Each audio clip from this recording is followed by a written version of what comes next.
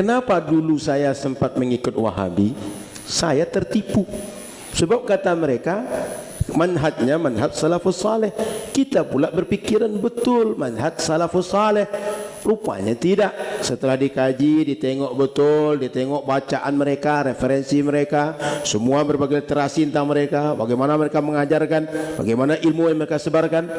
Rupanya mereka ini bukan ahlus sunnah, bukan pengikut manhaj salafus saleh.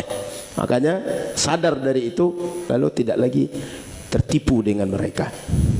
وكنت أظن أن هذه المدرسة سوف أتعلم منها منهج أو طريقة أهل السنة والجماعة في الاعتقاد، ولكنني بعد سنوات من البحث والنظر اكتشفت أن هذه الحركة هي لا توافق الكرامية. لا أقول أنها توافق الكرامية، وإنما هي عين المذهب الكرامي. المذهب الكرامي هذا مذهب قائم على التجسيم، قائم على وصف الخالق سبحانه وتعالى بصفات الأجسام.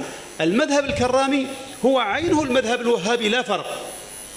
Dulu saya ngikut Wahabi ini karena berpikir akan belajar akidah Ahlus Sunnah wal Jamaah.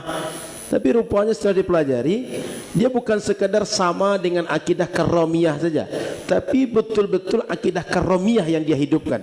Akidah karramiyah adalah akidah yang menyatakan Allah itu berjisim, Allah punya fisik, Allah punya bentuk kebendaan, sehingga Allah itu macam berhala tapi dalam kepala.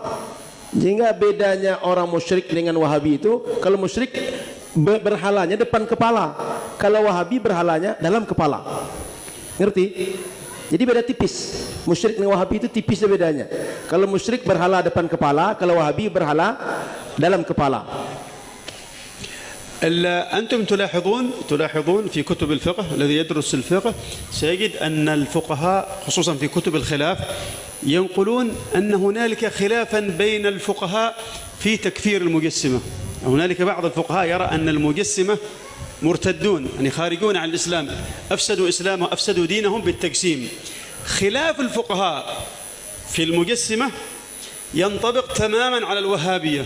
يعني أنت الآن يحق لك أن تقول اختلف فقهاء المذاهب في تكفير الوهابية، لأن هذه المسألة خلافهم كان في تكفير الكرامية. الكرامية هي الوهابية، ولكن نحن في مذهبنا الشافعي الصحيح عندنا المرجح في مذهب الشافعي أن الكرامية أو المجسمة تجسيم غير صريح ليسوا كفار، ولكن هذا كون العلماء اختلفوا في تكفيرهم هذا يعني أنهم على عقيدة خطيرة جدا. Kalau kita pembelajar fikih dan kita tengok tentang bagaimana khilaf ulama tentang Wahabi ini dia mujassim, lalu mujassim ini kafir atau tidak, akan kita dapati bahwa para ulama beda pendapat tentang karramiyah dulu, apakah mereka mujassim lalu kafir atau tidak.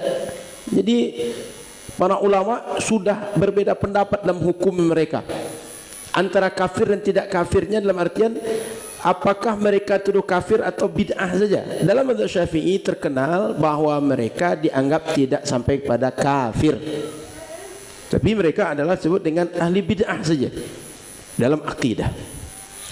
وكذلك بعد سنوات من البحث، بعد أن كنت أظن أن هذا الفكر سوف يجعلني لصيقا، يعني كنا نحن نظن أن الوهابية هي طريقة الشافعي وطريقة أبي حنيفة وطريقة الفقهاء وطريقة المحدثين، وإذا بنا نكتشف بعد سنوات أن هذا الفكر مبني على تكفير جميع علماء المسلمين. كل علماء المسلمين في نظر هؤلاء كفار. لماذا؟ سأقول بعد الترجمة. Jadi dulu saya ketika ikut Wahabi berpikir saya akan belajar metode para ulama ahli hadis, ulama ahli fikih, ulama ahli sunnah wal jamaah. Semua ulama kita akan mengikut ulama itu dengan metode Wahabi ini. Pemikiran beliau dulu begitu. Rupanya setelah didalami enggak begitu. Mereka justru mengkafirkan semua ulama. Artinya semua ulama dulu mereka kafir dalam pandangan mereka. Kenapa begitu? الوهابية مثلا يقولون من استغاث برسول الله صلى الله عليه وسلم فهو كافر، والواقع أن جميع العلماء المسلمين يستحبون الاستغاثة برسول الله صلى الله عليه وسلم. إذن فجميع علماء المسلمين في نظر الوهابية كفار. Wahabi itu ketika masalah tawassul, masalah istighatsah, menganggap semua yang melakukan itu syirik, yang melakukan itu semua adalah bid'ah. Padahal kenyataannya umat Islam ini hampir semuanya menyukai tawassul, istighatsah dalam doa mereka. Sehingga mereka berbeda betul dengan para ulama, berbeda dengan ahlu sunnah. Para ulama mengamalkan, mereka tak menyatakan itu salah. Yang benar itu ulama atau mereka seharusnya? Ulama yang benar kan? Karena mereka bukan ulama. Jadi yang benar itu harusnya ulama. Tapi kata mereka tawassul, istighatsah, syirik.